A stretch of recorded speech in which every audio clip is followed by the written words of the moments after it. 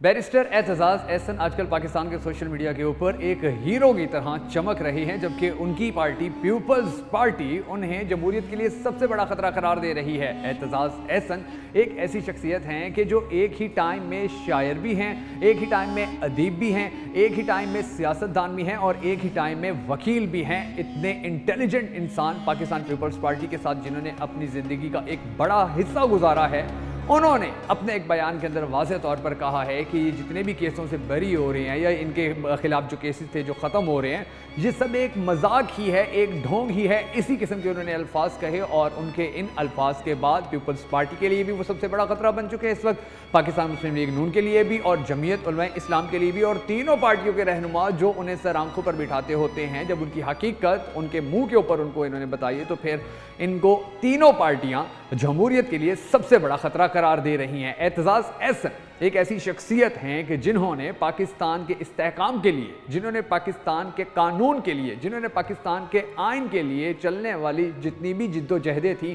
جتنی بھی کوششیں تھیں، ان میں بڑھ چڑھ کر ایسے حصہ لیا تھا کہ جیسے ایک محب وطن پاکستانی کو حصہ لینا چاہیے، جس کا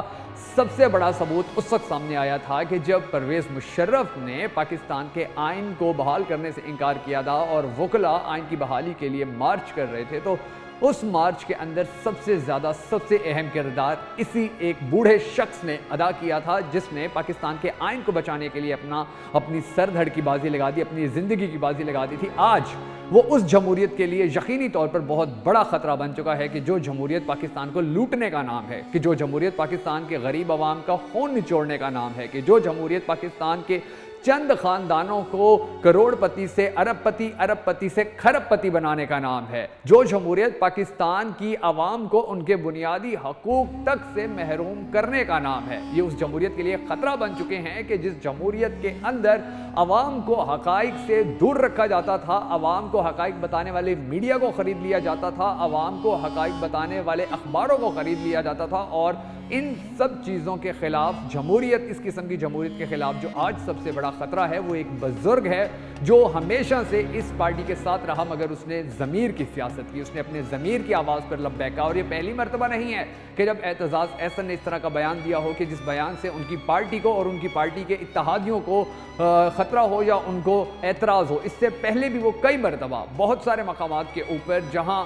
عدالت کے غلط فیصلے ہوتے تھے وہ ان کے اوپر تنقید کرتے تھے، جہاں اسٹیبلشمنٹ کے غلط فیصلے ہوتے تھے وہ ان کے اوپر تنقید کرتے تھے، جہاں سیاستدانوں کے غلط فیصلے ہوتے تھے وہ ان کے اوپر تنقید کرتے تھے، جہاں ان کی پارٹی کے غلط فیصلے ہوتے تھے ان کے خلاف بھی آواز اٹھاتے ہیں۔ اور ایک ایسا شخص، ایک ایسا بوڑھا کہ جو ہمیشہ حق کے لیے آواز اٹھاتا رہا ہو، جو ہمیشہ